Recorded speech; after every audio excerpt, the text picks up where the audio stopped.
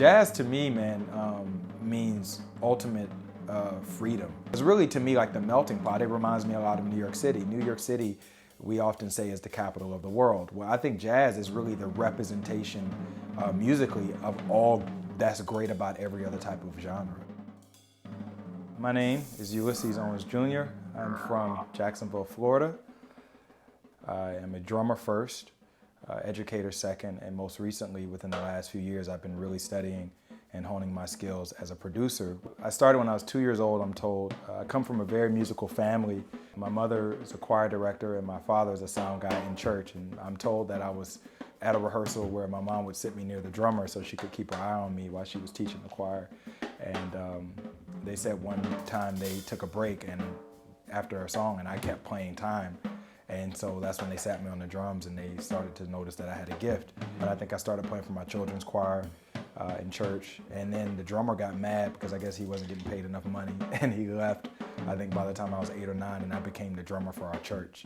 And so that was really where my training began. And by middle school, I met this really great band director who first heard me try to attempt to play the saxophone. She said, well, do you play anything else? Because I was terrible.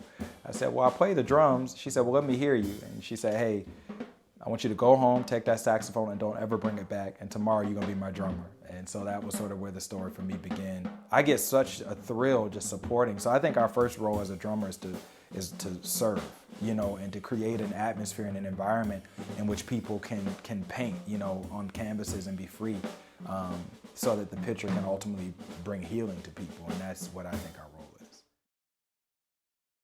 I think New York is still the closest thing we'll ever get to trying to, in terms of an atmosphere of the old, meaning, you know, as much as we're moving forward, in jazz, we relish those moments of the 50s and the 60s where this music in some regards, or some people think, was at the height, right?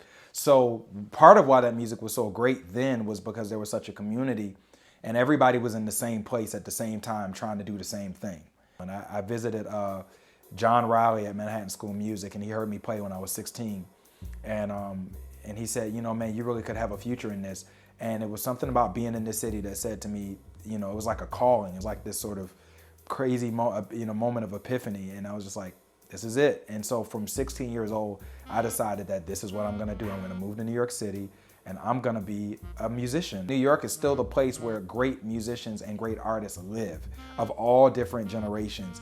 And it's the one meeting place where we can come together and share this music and still be connected to the oral tradition of the music and those that came before us. My desire for production was literally a fluke. You know, I was very fortunate to work with a great producer. His name is Greg Knowles for my first album.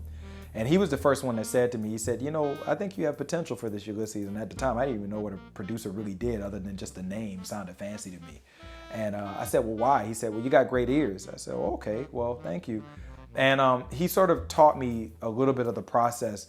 My goal as a producer, I want to bring back real musicians making music and acoustic music. I've got a few records that are coming out very soon.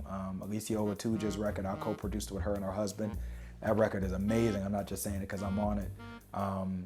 Brianna Thomas, we're recording her record. Charles Turner, we're doing his record. The roster's starting to get full. I remember when I first started, you know, I had to like beg people, hey man, I'll produce it for free. Now it's like people calling, yo man, I heard you did a great job, man. Hook me up. 2013 has been probably the hardest working year of my life, but I think it's the year of my life in which I feel the most productive. I started off the year with completing 2 commissions for string quartet for a great string quartet called Ethel. One has premiered already and is getting ready to premiere at BAM in October for a show called Documerica. So I've been with Ted Nash, who just recorded his big band CD. My man Mike Dees, I've been with him. Also, I've been recently starting to play with Monty Alexander. And I'm very, very excited about in June, I have a lot of stuff coming up with Nnenna Cohen. I have my 3rd record that I already recorded, but it's gonna come out in March of 2014. It's called Onward and Upward, and it's featuring some great musicians, Nnenna Cohen, Jason Palmer, Ruben Rogers, Galad Hexelman, Christian Sands. And it's really a new direction for me because I'm really trying to expand into some other things.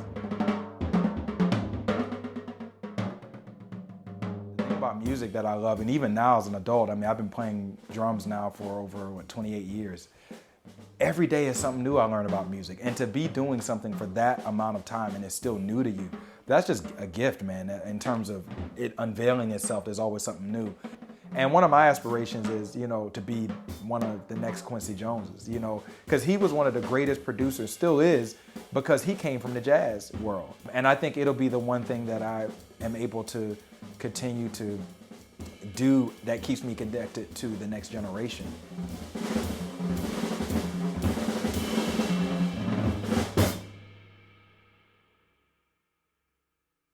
This is Ulysses Owens for Capsulocity.